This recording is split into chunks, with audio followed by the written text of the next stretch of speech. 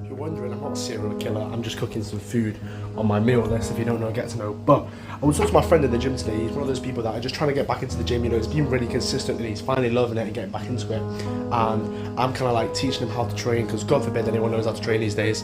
And I'm teaching him how to do things. And one of the things that I was talking to him about was rep ranges. And he kind of was confused, so I explained the concept of rep ranges to him, you know, how you pick a set of numbers that you want to hit for reps, and then as you increase up the rep range to the top, then you can up the weight, and then you can progressively overload, right? Quite simple. And once he understood this, he was starting to implement it into his training when we were both there going together, and I was like, yes, like finally he's making progress in his technique and how his sessions are going. Great, right? But he was left confused on the second set, because I gave him a piece of advice, which was, you will not be able to lift as much weight for as many reps on your second set as you would your first if you're training to failure, right? Common knowledge, right? As you're putting in max effort on your first set, the second set you'll be more tired, and therefore you will not be able to put as much, like, you won't be able to get as many reps out of it, right? So then he instantly thought, right, now that means I have to decrease the weight every single time in my second set. So I'll put this to an example so you can actually understand what was going on. He was doing 80 kg incline press on the machine for like 8 reps, let's say, in his rep range of 6 to 10.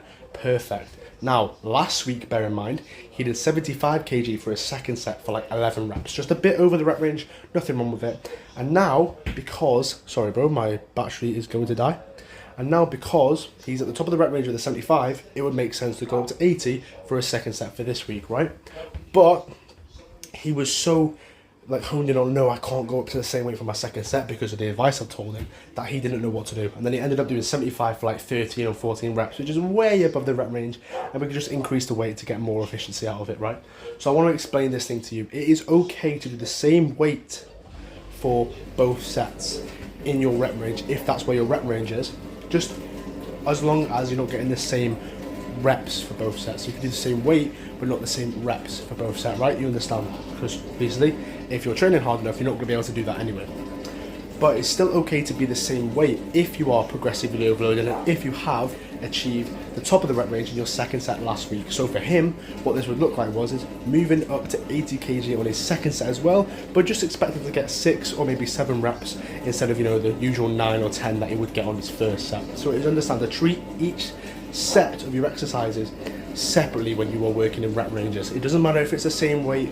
It doesn't matter if it, you know, I'm like, oh, I'm doing 80 kg for my first set, that means I have to do 75 kg for my second set. No, it doesn't matter. Treat them like you would normally, like you would your first set, and guarantee you'll see much more progress.